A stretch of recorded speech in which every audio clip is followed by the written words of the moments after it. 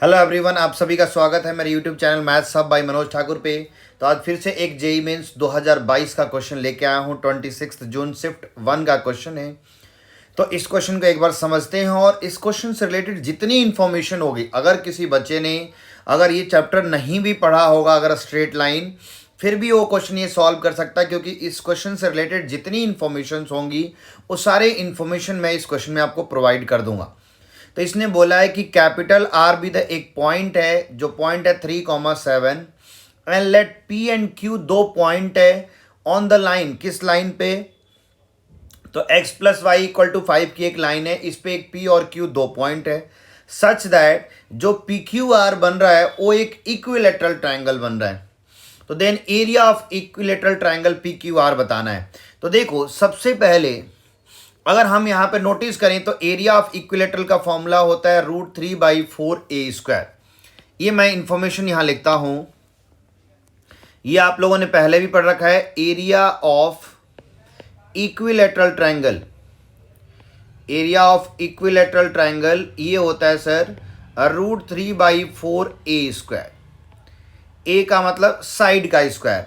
तो किसी तरीके से अगर आप इस ट्रायंगल के साइड निकाल लोगे तो आपका क्वेश्चन 1 सेकंड में हो जाएगा।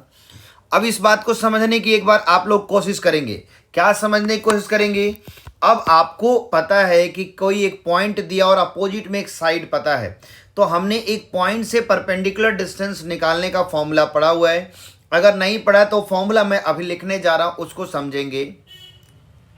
तो हमारे पास एक इक्विलेटरल ट्रायंगल यहां पे ड्रॉ करता हूं, लेट से ये है हमारे पास।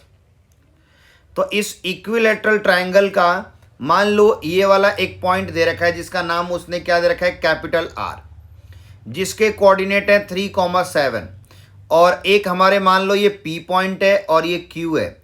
इस पी क्यू जो हमारी साइड है, इसकी साइड, इसकी इक्वेशन दे रखी है x plus y equal to 5।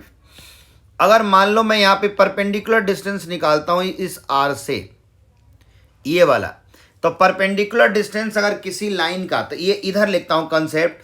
आपने पढ़ा है किसी एक पॉइंट से एक परपेंडिकुलर डिस्टेंस निकालना हो एक लाइन के बीच में, तो इसका मान लो ये लाइन फॉर एग्जांपल क्या है, A X plus B Y plus C equal to 0 है मान लो लाइन, और जो पी का कोऑर्डिनेट है वो मान लो x1 y1 है। तो ये जो d डिस्टेंस होता है यहाँ से लेके यहाँ तक, इसका फॉर्मूला होता है d इक्वल टू मोड, इसमें ये पॉइंट पुट कर देते हैं, तो a x1 plus B Y one plus C equal to 0 upon under root में इनके कोफिशिएंट का स्क्वायर, यानी a² प्लस b², ये फॉर्मूला होता है। तो यही फॉर्मूला यहाँ पे अप्लाई करते हैं। तो ये फॉर्मूला अप्लाई करेंगे तो क्या मिलेगा, जरा देखो। तो आपकी यहाँ पे लाइन क्या है, आपकी इस वाले लाइन की रिप्लेसमेंट हो गई है किससे, इसकी रिप्लेसमेंट हो गई है सर हमारे पास x plus y equal to 5, तो इधर आएगा तो -5 इक्वल टू 0, और x1 y1 जो पॉइंट है इसके जगह पे क्या आ गया 3,7, यहाँ पे पॉइंट क्या है 3,7। तो यहाँ पे सब्स्टिट्यूट करो तो क्या बनेगा, ax1, तो यहाँ पे a क्या है 1, इसके आगे कुछ नहीं है तो 1 इंटू x1 क्या है 3 प्लस 1, y क्या है कुछ नहीं है तो 1 इंटू 7, तो ये 7 माइनस c यानी -5 अपॉन इनके कोफिशिएंट का स्क्वायर, तो यानी 1 का स्क्वायर प्लस 1 का स्क्वायर, इसका मोड। तो ये कितना बना 1 इंटू 3 3, तो ये बन गया 3 प्लस 7 माइनस 5 अपॉन 1 का स्क्वायर प्लस 1 का स्क्वायर 2। तो ये डिस्टेंस 3 प्लस 7 10 10 माइनस 5 5, तो ये डिस्टेंस आ गया 5√2। ये जो डी डिस्टेंस है ये वाला, तो इसका मतलब ये जो डिस्टेंस है हमारे पास क्या आ गया 5√2। अब हमें पता है सर कि ये एक ट्रायंगल क्या है, इक्विलेटरल ट्रायंगल है। तो इक्विलेटरल ट्रायंगल की प्रॉपर्टी हमने पढ़ी है कि हर एंगल कितना होता है 60 डिग्री। तो अब हमें यहाँ पे कुछ ऐसा सोचना है, क्योंकि देखो ये वाली साइड क्या है, ए है, ये भी साइड क्या होती है, ए ही होता है, ये भी ए। तो किसी तरीके से ए निकालना है। तो अगर देखोगे तो अगर मैं यहाँ पे साइन थीटा अप्लाई करूँ तो साइन थीटा क्या होता है, साइन थीटा होता है सर परपेंडिकुलर अपॉन हाइपोटेन्यूज। तो यहाँ पे क्या निकल के आएगा, तो साइन थीटा के जगह पे क्या है 60 डिग्री। परपेंडिकुलर क्या होता है, एंगल के सामने वाला, तो एंगल के सामने वाला क्या है, यही है सर। तो इसकी वैल्यू हमें पता है कितनी 5√2, ये लिख दो, अपॉन हाइपोटेन्यूज। तो हाइपोटेन्यूज क्या है यहाँ पे, ये हाइपोटेन्यूज ये है सर, तो ये क्या है हमारे पास ए, तो इसके जगह पे ए लिख दो। क्रॉस मल्टीप्लाई करो तो ए इक्वल टू कितना बनेगा, ये बनेगा सर 5√2 अपॉन साइन 60, और साइन 60 की वैल्यू √3/2, तो ये बन गया 5/√2 इंटू 2/√3, तो ये √2 से ये क्या हो जाएंगे √2, तो हमारा आंसर कितना बनेगा, ये बन जाएगा सर हम लोगों का ए इक्वल टू यहाँ पे 5√2 अपॉन √3।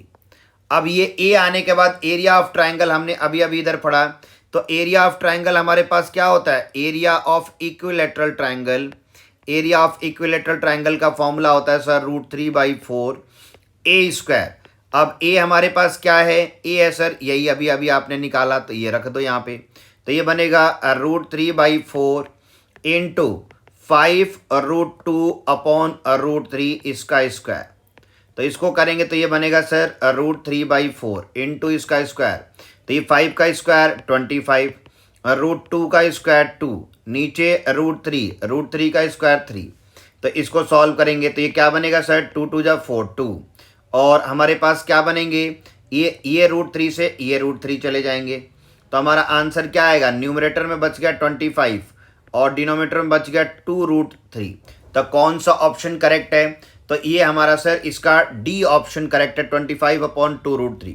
तो इसमें बस ये ध्यान रखना था कि परपेंडिकुलर डिस्टेंस, तो परपेंडिकुलर डिस्टेंस का फॉर्मूला होता है, ये अभी अभी हमने यहाँ भी लिखा भी था कि उस पॉइंट को उस लाइन की इक्वेशन में प्लेस कर दो, आपने प्लेस कर दिया, वहां से आपने परपेंडिकुलर डिस्टेंस निकाल लिया, जैसे डिस्टेंस आया आपको इक्विलेटरल ट्राइंगल के कंसेप्ट पता है कि इक्विलेटरल ट्राइंगल एक ऐसा ट्राइंगल होता है जिसकी तीनों साइड इक्वल होती है और उनके एंगल्स जो होते हैं हर एंगल 60 डिग्री होते हैं।